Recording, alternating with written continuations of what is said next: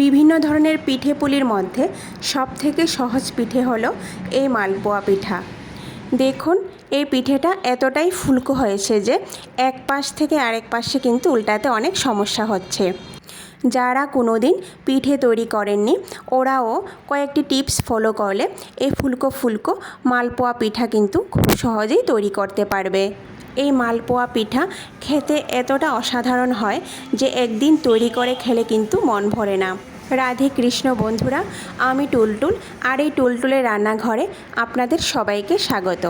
আজকে আমি তৈরি করে দেখাবো সুজি আর খেজুর গুড়ের মালপোয়া। আর বন্ধুরা, ভিডিওটি সম্পূর্ণ দেখার অনুরোধ রইল। ভিডিওটি যদি আপনারা সম্পূর্ণ না দেখেন তাহলে কিন্তু কোনো কিছু বুঝতে পারবেন না। তাহলে চলুন বন্ধুরা, আর কথা না বাড়িয়ে আমি এই সুজি আর খেজুর গুড়ের মালপোয়া কী করে তৈরি করছি দেখে নেওয়া যাক।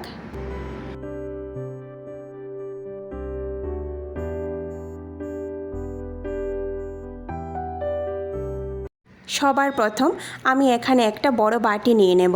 তারপর একটা ছোট বাটি মেপে 1 বাটি পরিমাণ সুজি দিয়ে দেব। আর সেই বাটি মেপে আমি 2 বাটি পরিমাণ ময়দা নিয়ে নেব। আপনারা কিন্তু এখানে যে কোনো বাটি বা কাপ দিয়েও কিন্তু সমস্ত উপকরণ মেপে নিতে পারেন। তারপর খুব সামান্য পরিমাণ লবণ দিয়ে দেব। 1 বাটির থেকে একটু কম খেজুর গুড় দিয়ে দেব।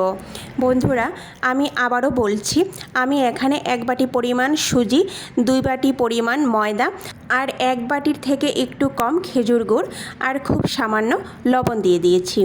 এবার সমস্ত উপকরণ হাত দিয়ে মিশিয়ে নেব। সমস্ত উপকরণ হাত দিয়ে মিশিয়ে নেওয়ার পর যে বাটি দিয়ে আমি সুজি নিয়েছিলাম সেই বাটি মেপে 1 বাটি পরিমাণ জল দিয়ে দেব।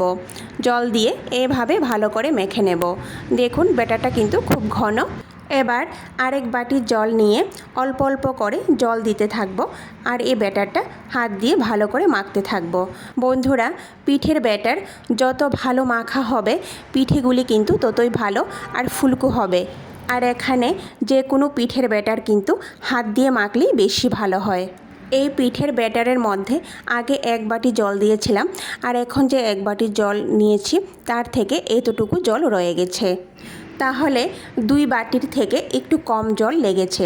দেখুন, আপনারা দেখেই বুঝতে পারছেন ব্যাটারের ঘনত্বটা। আমার এখানে ব্যাটার মাখা হয়ে গেছে। এবার আমি এই ব্যাটারটাকে 15 মিনিটের জন্য ঢেকে রাখবো। ফিরে আসলাম বন্ধুরা 15 মিনিট পর। এবার একটা চামচের সাহায্যে ভালো করে নাড়াচাড়া করে নেব। মালপোয়া পিঠের ব্যাটার কিন্তু পাতলা হয় না, একটু ঘন হবে। দেখুন বন্ধুরা কতটুকু ঘন আপনারা দেখেই বুঝতে পারছেন। আগে থেকেই চুলায় একটা প্যান বসিয়ে প্যানে পরিমাণ মতো তেল দিয়ে তেলটাকে ভালো করে গরম করে নিয়েছিলাম। এবার ব্যাটার থেকে 1 হাতা ব্যাটার আমি এই তেলের মধ্যে দিয়ে দেব।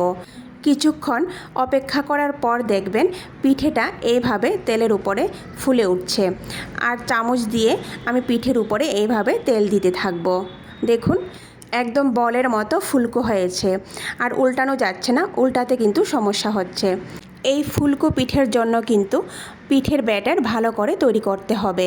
পিঠের ব্যাটার যদি ভালো করে তৈরি করা হয় তবে কিন্তু পিঠেগুলি এইভাবে ফুলকো হবে।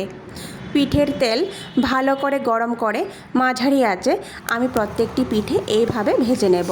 প্রত্যেকটি পিঠে আমার ভাজা হয়ে গেছে। এবার গরম গরম পিঠে পরিবেশন করে নেব। বন্ধুরা, ভিডিওটি যদি ভালো লেগে থাকে তাহলে সবার শেষে লাইক, শেয়ার আর সাবস্ক্রাইব করে দেবেন। নমস্কার।